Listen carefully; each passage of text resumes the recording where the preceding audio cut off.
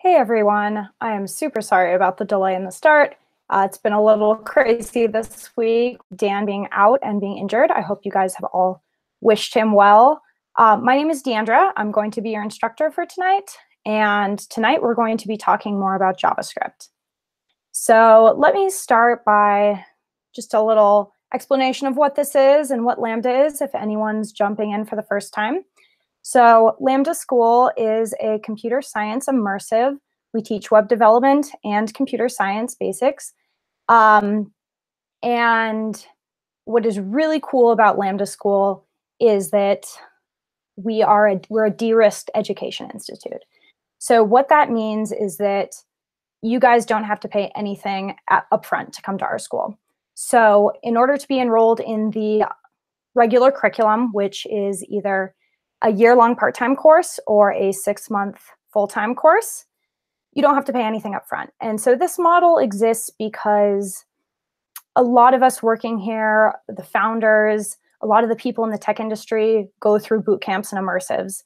And when I went through, it was a little bit of a frightening situation. It was, okay, I have to pay all this money up front, and maybe I'm going to get a good education, maybe I'm going to get a good job, maybe not. And so the philosophy behind Lambda School is that we want you to be confident that you're going to get the job you came here to get. And we want to show you that we're confident that we're going to give you that education. And so what we do is we don't make you pay anything up front. And then at the end, when you get a full-time job, you start to pay that tuition back over either 1 or 2 years. So if you are interested in the full-time program, it starts every single month, and we always prioritize people who do the Mini-Bootcamp. Which brings me to the Mini-Bootcamp. If anyone is jumping in midway, we're pretty deep into the curriculum right now, but all the videos are online if you want to go and check it out. If you just want to get a little bit of JavaScript info, feel free to stick around and watch.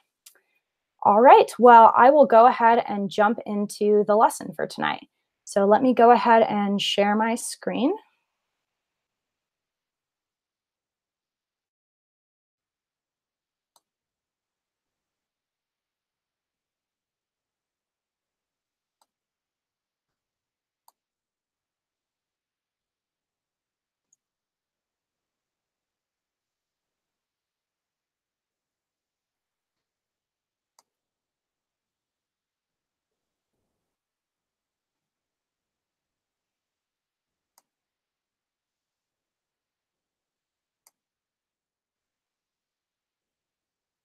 Okay, so today we are going to continue to talk about JavaScript.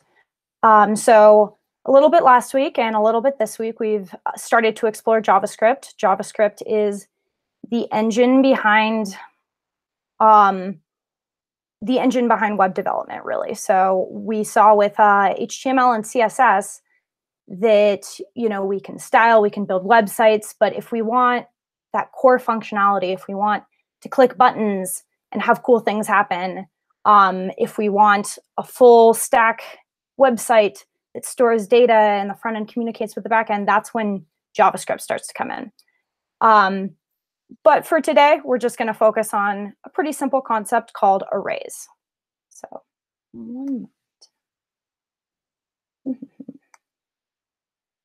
all right. Let's talk a little bit for a moment on a high level about what arrays are. So arrays are a way of storing multiple pieces of data. So let's look at an example of what we might do if we didn't have arrays. So say I wanted to write some sort of program that dealt with all the cars I have ever owned. I could create a variable for each one of those. So I might say car 1, and then I could put the first car I ever owned, car 2,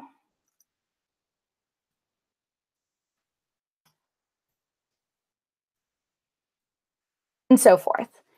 And this is perfectly valid JavaScript syntax. I've created 3 different strings with 3 different variable names. But this isn't very powerful because if you think about the concept behind these 3 variables, they're all related. They're all related in a very meaningful way, but there's nothing in the code that reflects that. True, I gave the variables similar names, but there's really no way that we haven't really told JavaScript that these items are linked in any way. So if we wanted to do functionality that involved them and involved them as a group, we would have to build all of that ourselves. And it turns out that it's extremely common that we're going to create multiple variables that are related in some way like this. So instead of having to do what we've done here, which especially if, let's say I'd owned 30 cars, that would start to get extremely tedious to type out. So instead I can put everything in something called an array. So let's go ahead and do that.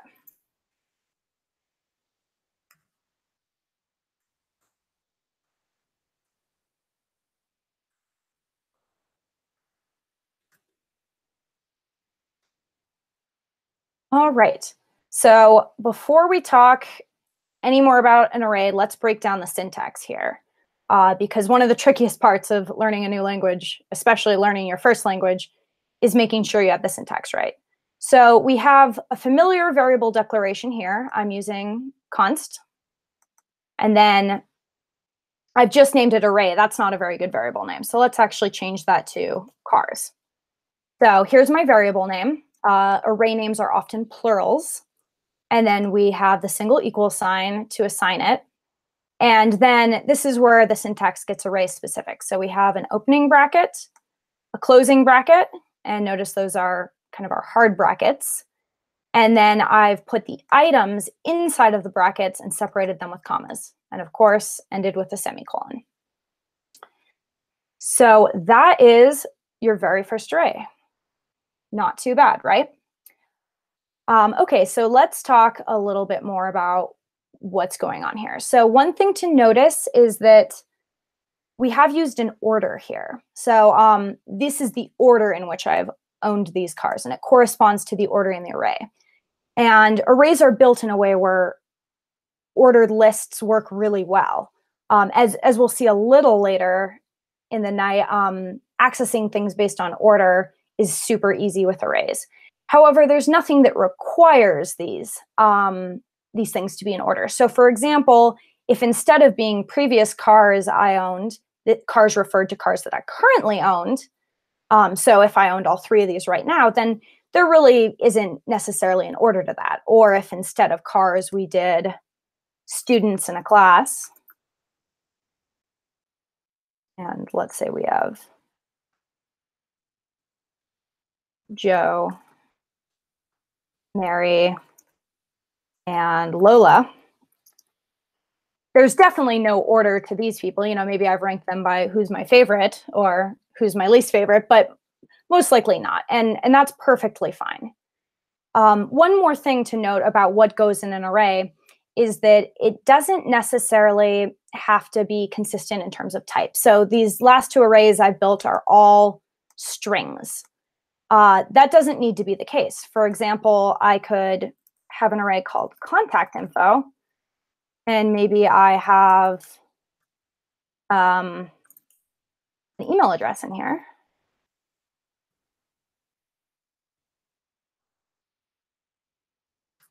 And then perhaps I also have a phone number.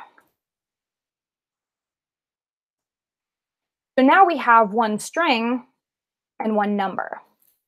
Generally speaking, you do want everything in the array to be consistent, just because if you're grouping like items, they're usually going to be of the same type.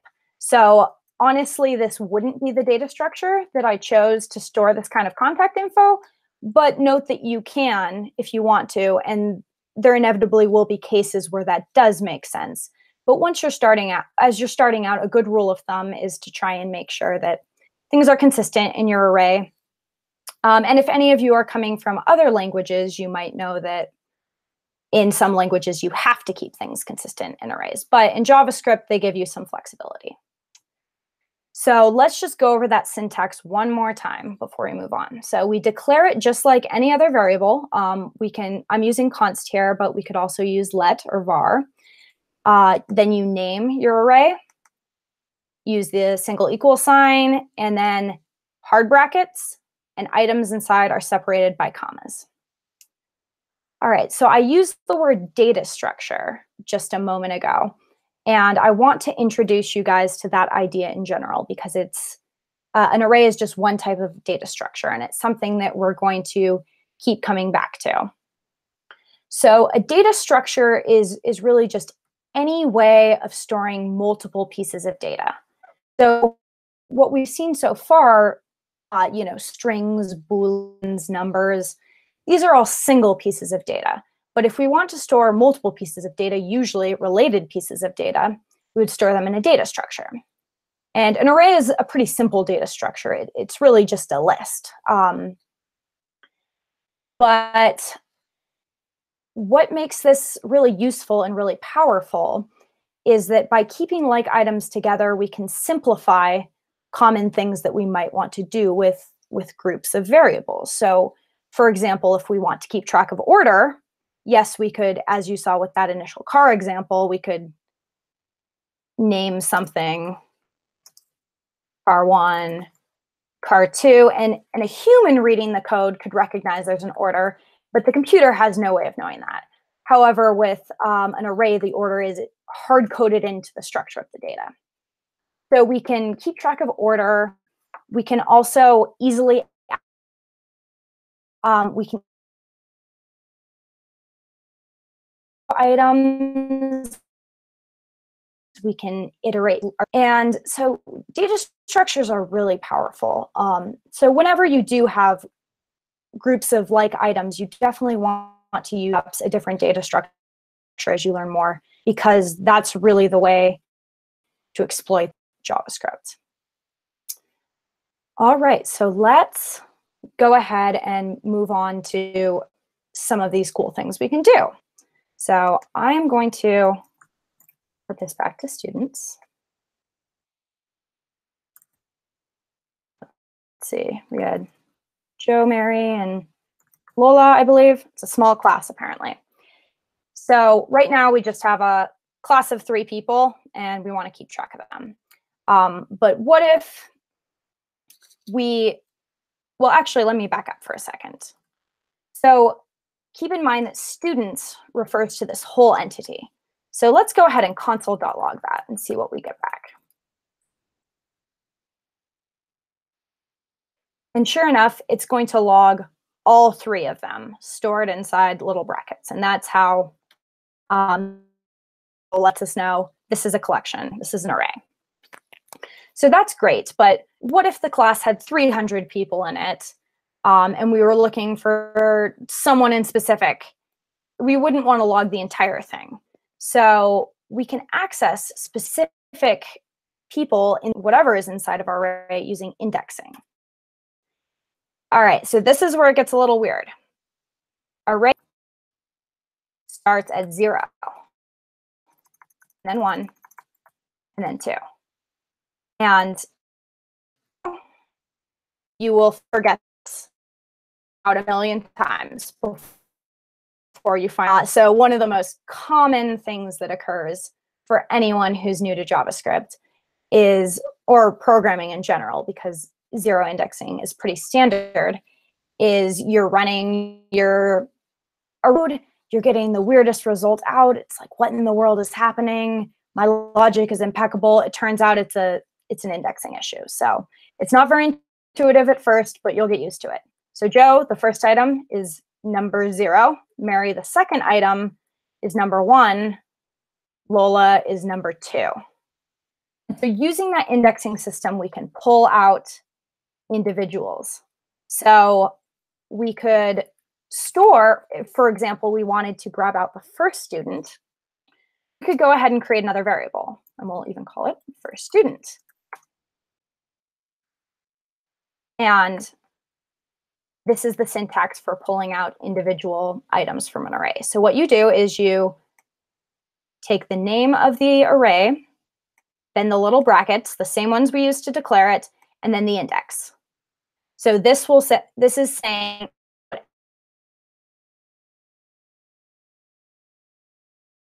go ahead and put that. And log, I'll go ahead and leave that there. First student we can see that our first line logged the entire array, and then we just got the first item. And I'll even add something in here to clarify that. So whole array. And all right. There we go.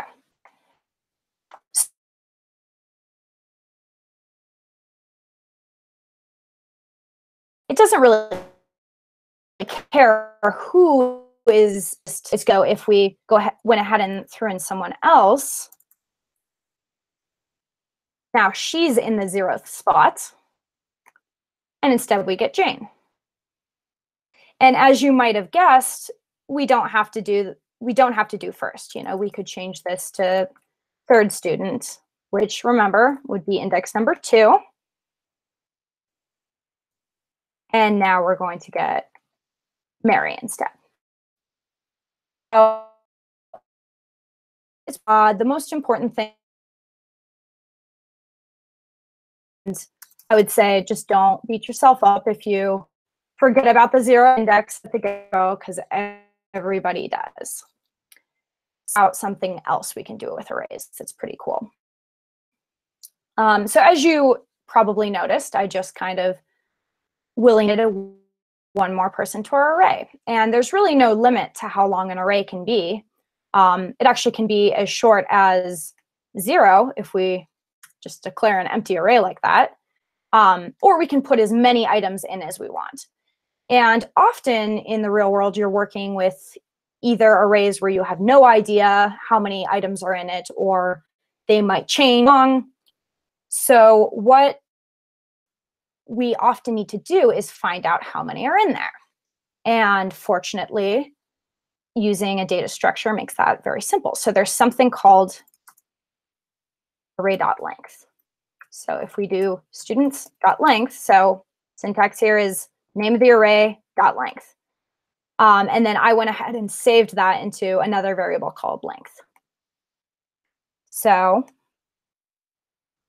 we want to see our length instead, we can do this. Now notice that length is 4. So the length is intuitive. The indexing is weird, but the length is quite literally, if you just counted it on your fingers, 1, 2, 3, 4. We've got 4 items in there. And so as we change people, who else should join our class? About Jim. Lots of people with J names in this class. The length goes up to 5. Imagine if we goes back down to 4. So it doesn't matter what's in the array, just matters how many. And we can use this with indexing because we were able to easily grab first student at index 0. But what if we wanted last student? Well, of course, we can just physically look at our array that we just declared here, and we can say, okay, clearly that's at 3. Change this.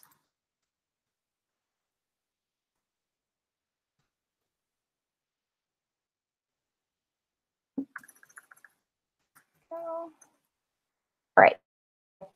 I've looked up at our array. I've seen that there are index 3. Ahead and pulled that student out, saved it into this other variable, and now I'm logging it. And sure enough, we get Jim, who is our last student. But what if we didn't know? What if we didn't know how many students were in our class? What if this coming from someone else and we inside of it? Well, we can use length property, and we can say students.length. Keep in mind that's in this example, that will give us 4, and our index is 3, so we always want to do -1. And sure enough, we still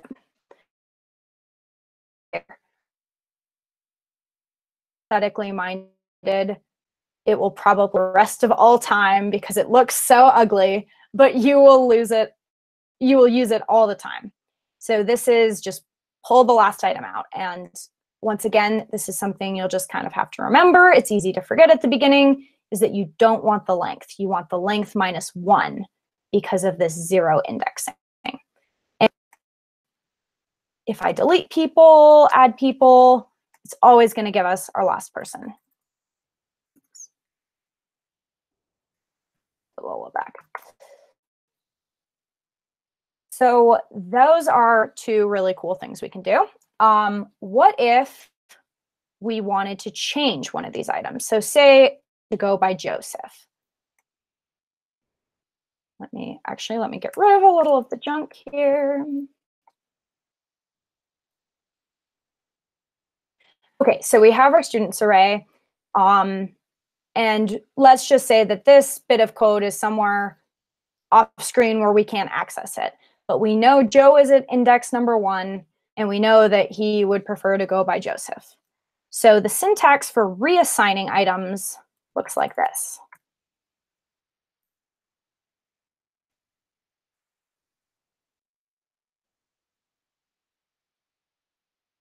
Some of the things you've seen. For example, this right here looks exactly the same way as when we accessed individual items. So we just take the name of the array, these hard brackets, and the index number.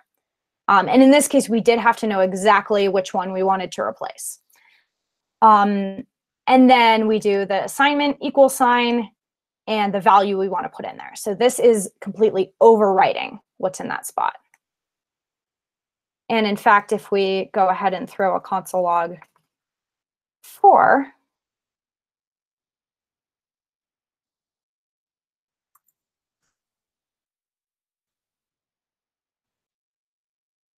before this reassignment, we had Joe in there, as was originally assigned, and then we changed it, and afterwards, the array has been mutated. Nifty way to just quickly update. Okay.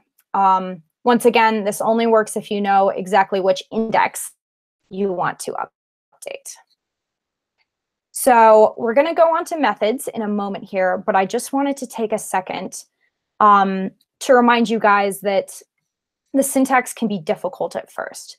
So conceptually, you know, variable declarations, arrays, they're not too complex, but I think that even when you're starting a new language, but you're an experienced programmer, you find at the beginning that it seems to take forever to do even the simplest things because you're, you know, leaving off a comma, or you use the wrong brackets, or you put the equal sign in the wrong spot. And even though it might be a little frustrating at first, don't let that get you down, because it's really common and it goes away pretty quickly. And next thing you know, you'll be writing around it for years. So just wanted to put that out there. And I know that these arrays, you know, some of the concepts we're starting to get into, they have lots of different methods and lots of different cool things they can do, also means more syntax you have to memorize. So be patient with yourself, rewatch the videos, look it up online, you'll get there. Okay, so now I'm going to move on to methods. Before I talk about array-specific methods, I want to talk about what methods are in general. So some of you guys might be familiar with this term, some of you guys might not, but I want to make sure we have all our bases covered.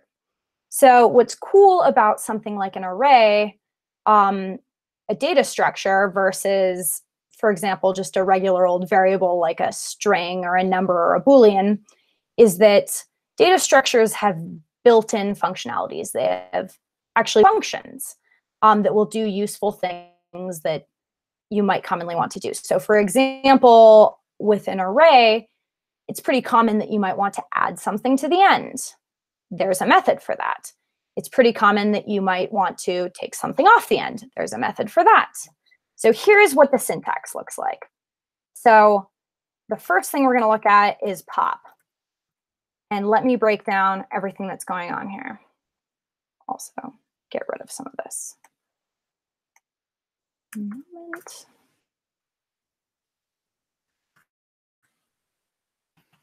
Okay.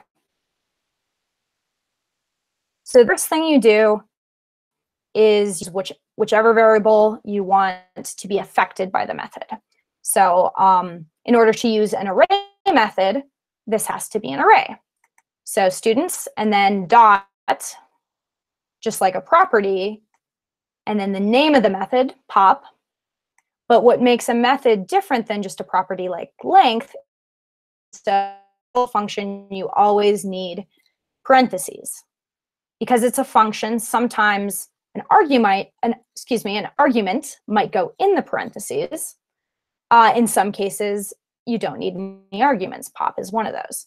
So we have students, the name of the array, dot pop, the name of the method, and then we have the actual function call, which is these little pop, as you might have guessed, pops something off our array.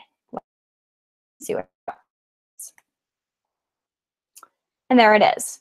We have our original array, and then post poppage, we have our array minus Jim. So this is really nice, especially if you're dealing with an ordered array, because often it's whatever at the end is the thing you want to grab and remove. One thing to keep in mind about pop is that it is specifically for the last item in the array. There's no, you could throw a 3 in there, it's not going to change anything. It's always last item in the array. There's no way to index. You also can't do this. You want to pop 2 things, doesn't work. Because this does not spit out an array. So you can try, but it's not. But yeah, so pop, really simple method, no arguments.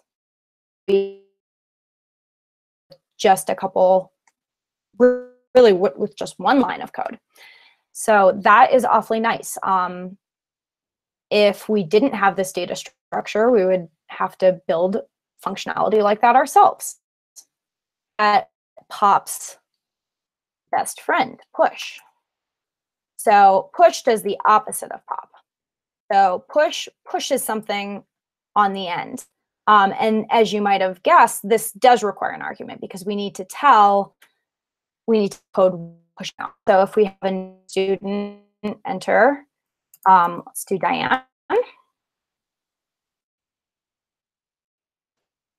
Then all of a sudden she's on our list. And just pop, this only affects the end of the array. So if you want to remove or insert someone in the middle, for example, yes, there are ways to do that, but it's not going to be sleek and easy like this. Okay, so push and pop, really useful methods. You'll probably use them all the time. There are 2 very similar methods called shift and unshift. And pop deal with the end of the array. Shift and unshift are all beginning of the array. So shift is the remove function. So do this. It has been removed. And as you might have guessed, unshift puts someone on the beginning. So how about Jenny? Now all of a sudden we have a new student. So one thing I want to bring your attention to about push pop versus shift unshift is how this affects the indexing. So I'll go ahead and change this to push real quick. So notice that it is preserved. Jane is still number 0, Joe is still number 1, Lola number 2, etc. We now have a index number 4 for Jenny, but the index structure of these is preserved. However, if we unshift, as the name suggests, the index, and that's actually, remember which is that shift and unshift shift the index. So now all of a sudden, where Jane was 0, she's 1, etc.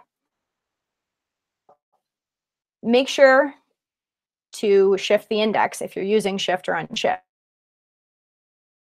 Also keep in mind in general that don't get too,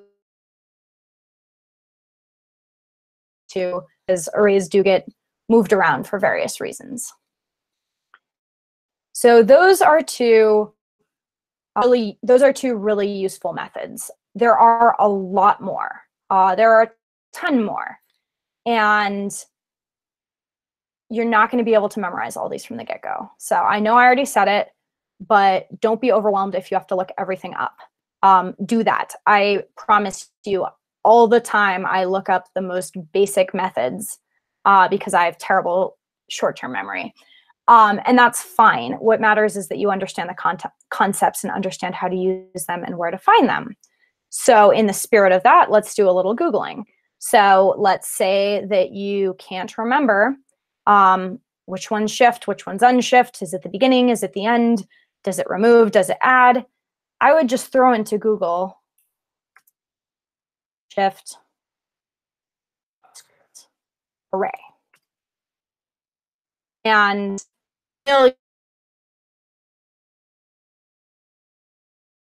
especially this basics. And let me go ahead and click on the first one because this is actually the official developer site, MDN. And there's some other cool stuff that's in here. So if you go to MDN, you can find that there is actually an entire list of methods here. So we just learned 4, but holy cow, look at all of those. To know all of these right now, but you do need to know that they're out there and where to find them. And if any of you guys are curious or killing time, maybe you could come up here and check some of these out and play around with them and see if you can figure them out. So let's just look at the formal documentation for shift, which is one we just learned. So usually the docs give an example. They describe what it does. They basically just tell you how to use them. And they can seem a little, wordy and academic at first, but you'll get used to them. So make sure you're Googling. Googling is like the most important skill a developer can have, even though say it's not. So Google to your heart's content. Don't feel like you need to have this stuff memorized right now because you probably won't be able to. All right, that is arrays, and we've seen some of the cool things we can do with it. And use index to pull certain items. Do this if we wanted to pull the third item. Remember, 2 is the third item. We could use that same syntax to reassign it to something else. Find out what the length is. We can add and remove items with shift, unshift, push, pop. And now we're all building up to one of the coolest things about arrays, which is iteration, loop.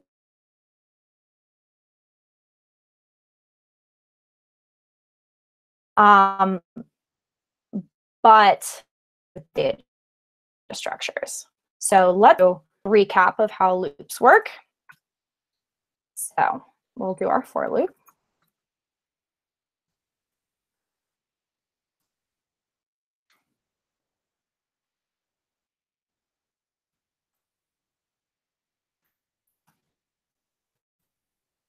Okay. So let me remind you of what all is going down here. So we always start a for loop with the keyword for, and then in parentheses, we have 3 critical items. First, we have to declare our starting variable. You're generally going to want to use let here because i's value is going to change. So const is definitely not right. You could also use var, but it's with ES6 variables or variable declarations. So yeah, we let just a standard index variable. It's just the easiest thing to type. If you wanted to call it index, you could. You'd have to change it in the other places. I always use I. So we started out at 0. Once again, that's convention because of indexing. And then we have some sort of quit condition. So we say as long as I is less than 5, keep looping. And then we tell it what to do at the end of the loop. So I++ means increment I by 1. So what it's going to do is we'll log 0, the loop ends. We increment it, we check our condition, we keep going. So let's see what happens when we run this. Sure enough, we get 0, 3, 4. And notice that we don't get up to 5 because our condition is let I be less than 5. If we did less than or equals, then we'd get up to 5. So this is nice and all if we want to count up to any certain number, but beyond kind of that basic counting, we can do with this without loops. Incredibly powerful with loops. So I'm going to go ahead and change this to 4 actually, because we have 4 items in here. So now instead of console logging I itself, which is just a number, we're going to use I as our array index. So let's use that syntax we just learned. This will pull the ith item from our array. So first it'll pull the 0th item, then the one in position 1, etc. So when we run this, look at that. It logged out items in order. That's really nice. But one of you guys, or some of you guys might have spotted one thing I did here that is very bad practice, which is that, hey, we have 4 items. Let's just put a 4 down. That's not good because we're going to be working with variables where we don't know in advance how many items are inside of them. So what happens if I add Sammy to the class? Well, through 4 times. And no matter how many people I added here, we just get the first 4. And that's not good. Instead of hard coding our limit here, we can instead use another nifty thing we learned tonight, which is students.length. And now, no matter how many people we add, or remove, for that matter, it always logs everyone in JavaScript. This is how you write it every time. One thing I wanted to direct your attention to is that we did actually use students.length, not -1. And that's because this is a less than. So this weird 0 indexing works in our favor in this case. It makes it a little more sleek because we'll always be less than the length since the 1 less. So yes, we could do -1 and less than equals here, and we get exactly the same effect, but that looks way worse and adds confusion. So this is how you will always see it written, is I or whatever your index variable is. And what's great about this is, yeah, for the sake of demonstrating how a loop works, we're just going to console log this, but you could do all sorts of cool things if you want to go through and somehow change every single item in an array. You just run an array of numbers and you want it to go through and add to every. All of a sudden, instead of writing out 1,000,000 times +3, you know, instead of writing something like array at 0 equals array at 0 +3, and then you would write like, oh, not that. And then you might write like 20 more copies of that same line of code, just changing the index. That's horrible practice. If you're ever doing something that repetitive, ask yourself if there's a better way, because there probably is. Instead, you could write within a loop. So let's do that real quick just to show you guys, because it's pretty cool. So I'm going to do an array of numbers, some random numbers here. And then let's go ahead and change this to numbers. And instead of logging, we're going to reassign some values. So equals, let's add 5. It's a nice clean amount. So what we're doing here is we're looping through the entire, oh, the array isn't called array, it's called numbers. We're looping through this entire thing, and we're taking whichever index we're on, and we're reassigning it to the value plus 5. So let's go ahead and print it out at the end and see what happened. And sure, if we've just with, yes, the only one line of code really doing the actual muting logic. So that's great. And, you know, once again, if we're dealing with thousands of items, which is not uncommon, all of a sudden, instead of going from tedious to sleek, we've gone from impossible to possible. So loops, arrays go together hand in hand. So that concludes everything that we need to learn about arrays for tonight. There was one other thing that I wanted to cover, which was last night, which is arguments. So now that we've seen what arrays are and have a little bit of a better idea of how data structures work, we can use. So give me 1 second. Get rid of this. Set up a function.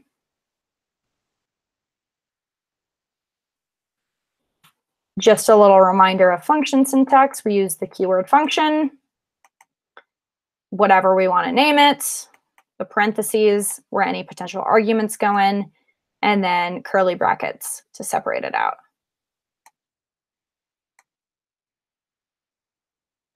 All right, so inside of here, there's a keyword that's available to us called arguments. And let's go ahead and console log that. Right now it's undefined because we actually haven't declared any. But if we threw a couple arguments, so this is, as a reminder, saying the do stuff function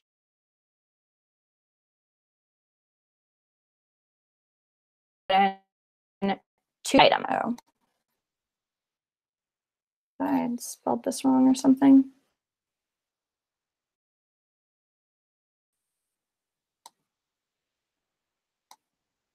Oh, duh. I haven't called it. Okay, what a great time to go over one of the most common mistakes when writing functions for the first time, which is when you actually write the function itself, you've never called it. In order to call it, you have to actually say the name and then follow it by parentheses. All right. So now, oh, because I haven't put any arguments in. Sorry, guys. It's one of those nights. So let's throw those in. Cool. So as we saw a second ago, if I don't actually put the arguments in, this thing is just an empty object, just a couple of empty curly brackets. When I throw some arguments in, then all of a sudden they appear. And it turns out that we don't actually have to declare them up here. We would if we wanted do stuff to actually do stuff. But apparently a better name for this would be do nothing, because that's what it's doing right now, except printing out our arguments. So this allows us within the function to see what has been put in by the user. And notice that this keyword is only available to us within a function. So if I side of a function declaration, because we have no idea what this thing called arguments is. All right, but let's tie this into an array. The first clue is that those are the wrong type of brackets, right? Those are curly brackets. The second clue is that I see some semicolons in here. There are definitely no semicolons in arrays. This is actually an object, which is a more general term, but we'll talk more about objects later. But why it's important is because it's actually an array-like object, which always sounded to me like a name that someone just made up because they didn't know the real name for it. But it's an array-like object because it functions to an array. So we can, for example, call things at indexes in exactly the same way. So do 0, I get the first argument because of 0 indexing, which is our favorite thing, right?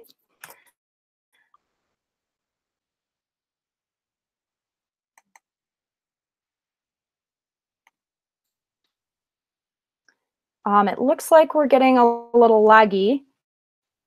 I'm not sure what I can do about that.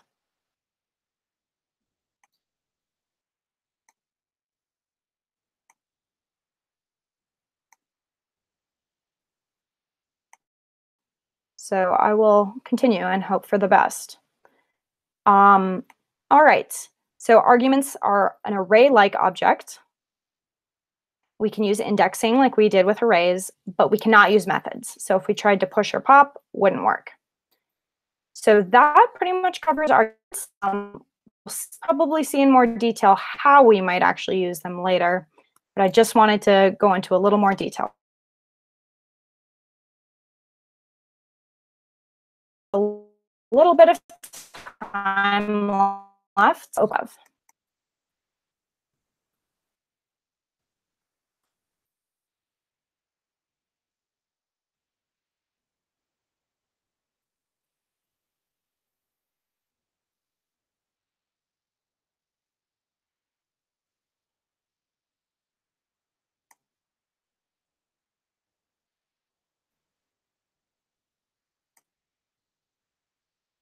I'm not seeing any questions in the Slack.